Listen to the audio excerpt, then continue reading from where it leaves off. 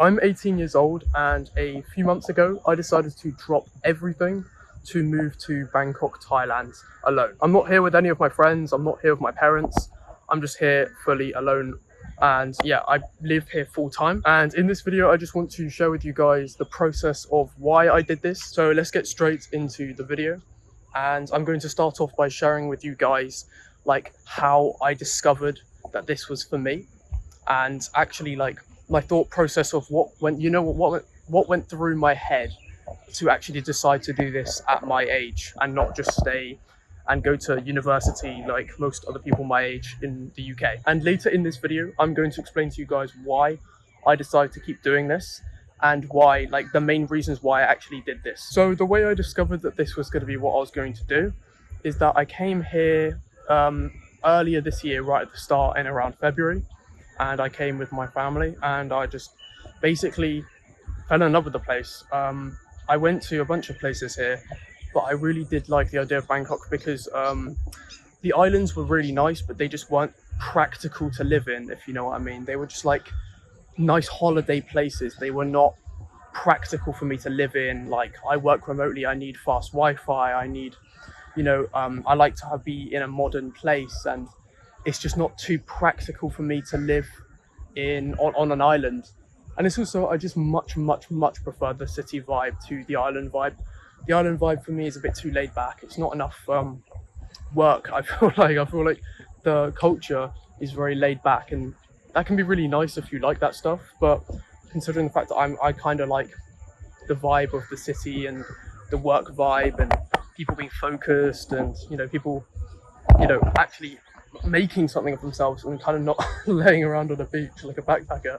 And that's fair enough for a holiday. Like, I've done that many times in my life, but it's just when it comes to actual long-term living, I feel like it's not for me. Look at this park as well. Look how beautiful it is with all the skyscrapers. But it's also like, it's a mix between nature, like I'm literally in this like forestry bit, and then it's also the mix of that and the city. So it's just so cool, like how everything's just like, it's just so cool how everything is mixed here. However, like, they combine the nature and the real hyper modern skyscrapers and everything. It's so cool. So anyway, back to the topic. Basically, the way, like, as I said, I came here with my family, and I decided that this was the place for me. My phone died when I was recording, so I'm just going to finish the video in here. So basically, the next thing that I basically did was I had to plan the actual trip. It took me like maybe a couple months, I did a couple months of research, but it wasn't like active research for 2 months straight. But it was more like I was thinking about it for about 2 months before I booked the actual flight. I think it was roundabout. I just planned everything myself. I didn't really need like a planner or anything like that. I just wrote everything down in my notes, and then pretty much, yeah, like a few months later, I actually took the flight and then I left. I really don't like to wait for things, in the sense that I know a lot of people would plan something like this like years in advance, or like they plan at least like 6 months in advance, and I really didn't. I didn't like really plan for that long, considering how big this is how big of a change this is for my life. Like, I planned this less. Like, when it comes to the amount of time spent planning, I spent less time planning this than a lot of people spend on 1 week holidays to Spain or Bali. What I did is I spent a lot of time thinking about it, but in terms of actual planning, yeah, I didn't actually spend a huge amount of time compared to what some people would spend on something like this. And that's just because I really don't like to overthink it too much. And I booked the flight just like quite close to when I wanted to go, and since it was just a few months after I originally wanted to go. And this was really just because I don't like waiting around for things, because when you wait for things, then excuses can come in, or things can come into your life that can stop you from doing it. And because this isn't a holiday, this is like completely changing where you live, there's like so many things that could come in and ruin it for you, like excuses that could come into your head, or things that could pop up and stop you from doing it. So I really like to take action instantly, and it also stopped me from like overthinking, like, oh, should I do this? And this just really helped me to make sure that I actually went ahead and did this like big move in my life, and I didn't, back out at any point. And yeah, now I'm actually going to explain why I did this. And the main reason I will say is because I was just bored of life in the UK. So it pissed me off. Like every day kind of felt either the same or it just didn't feel very exciting. And I didn't live in London in the UK. I didn't live in some fun, like, exciting place. I lived in a very boring part of the UK. I just lived in a small town. And this just really bored me. Like there was just nothing really there. Everyone around me was also just complaining about like what life is like in this town because it's just boring. Like it's just like as a young man, you want to be in the big city, or you want to be, as a young person in general, you normally, like us young people, we want to be in the city, or we want to be at least like in a big town, or at least. But most of us want to be in the big city, the capital city. So a lot of people my age will move to London or Birmingham or Manchester, and a lot of people in America will move to LA or New York or wherever they move to, maybe the big city in their state. But for me, I decided to take it one step further. I was thinking, well, why move to London when I can move across the entire world and experience even more of a change? Because that's what I wanted. I wanted a change. And I feel like London, it would have been, for the first few weeks, it would have been a massive change. It would have felt crazy. But after that, I would have just got used to it again, because at the end of the day, like, it's still the UK. Like, London's still going to have loads of similarities to where I used to live, in the sense that the culture is still the same. The stuff that, like, pretty much the companies around are still the same. The shops are the same. The people around are very similar. Like, there's not much of a culture difference, because it's like still the same small country, so it's the same small island of the UK.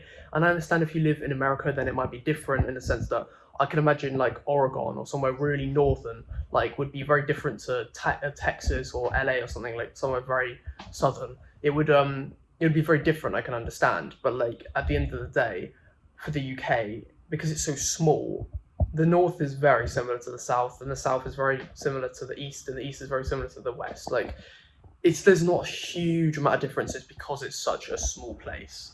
There's literally states in America bigger than the UK, I'm pretty sure. So what I wanted to do is I just wanted to move country, and I decided to come here because here has a lot of the things that I actually like. And as I said earlier in the video, when I came here originally in, like, I think it was, February, something like that, February, March.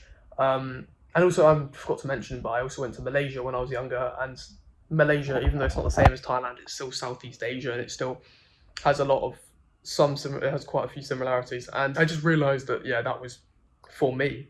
And I realized I saw a lot of people also live here who are expats. Not many are my age, but there's a lot of expats here, and for good reason, because everything's set up like very well for tourism, and it's also just it's well set up for life in general. I mean, it's a very developed place here in Thailand. So it basically just means that it wasn't going to be like moving to like some place in Africa, or moving to Cambodia or somewhere which is a lot less developed. I would still have all of the amenities I need. I would still be able to work. I'd still be able to be in good health. My body can cope with the food and stuff. I haven't been ill once so far, which is good. And it's just like, I knew that this place was the right fit for me. And it's also, the culture is very good, and I really like the big city, and I just love having like all of the buildings, and like just, a massive city. And of course, there's places like New York and stuff which are great for that as well. But that comes into the next point of why I did it, and that's because of the price. It's so affordable compared to somewhere like New York. It's probably about 5, 6, 7 times less expensive.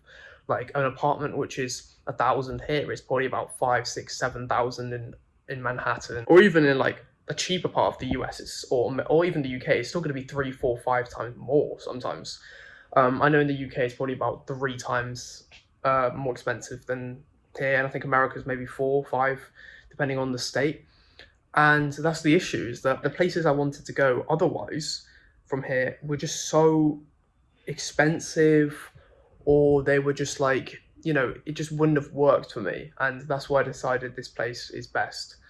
And there's other places which I would love to live in as well, but it's just this place ticks pretty much all the boxes I need. Of course, there's definitely some negatives here. There's loads of negatives, actually. It's just the fact that they're quite minor compared to the positives. The positives definitely outweigh the negatives for me, and this just means that it's a net positive for me to be here, because there's a lot more positives than negatives.